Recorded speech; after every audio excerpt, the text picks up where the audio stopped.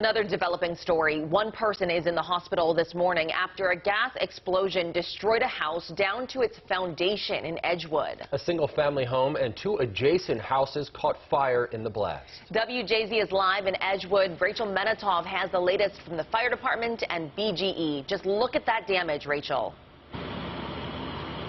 Lynn, there's a tremendous amount of damage, and BGE crews, they have been here all night long working to contain the leak. They've been trying to locate the gas line over here, but you can see this is the home where the fire and the explosion erupted. It's just a shell of what it once was, and then there is damage to the homes on either side. As you mentioned, one person was taken to the hospital suffering from burns. Everyone else over here is accounted for. We do know that there was some work being done on a gas stove over here. We also have some video to show you. People who heard the explosion and the fire came outside, ran outside, and took video of the aftermath.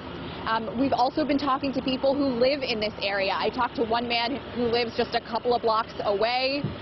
And even from a distance, he says he was able to hear and to feel the explosion. He says that once he came out of his house, he saw flames erupting from the roof of this home.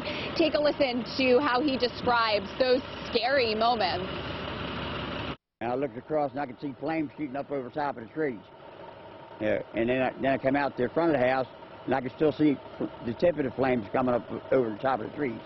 And that was from like 2 blocks over. And for obvious safety reasons, the gas over here has been turned off. One person is in the hospital. Everyone else is okay and accounted for. And we'll continue to keep you posted on this developing situation. Live in Harford County, I'm Rachel Menatov for WJZ.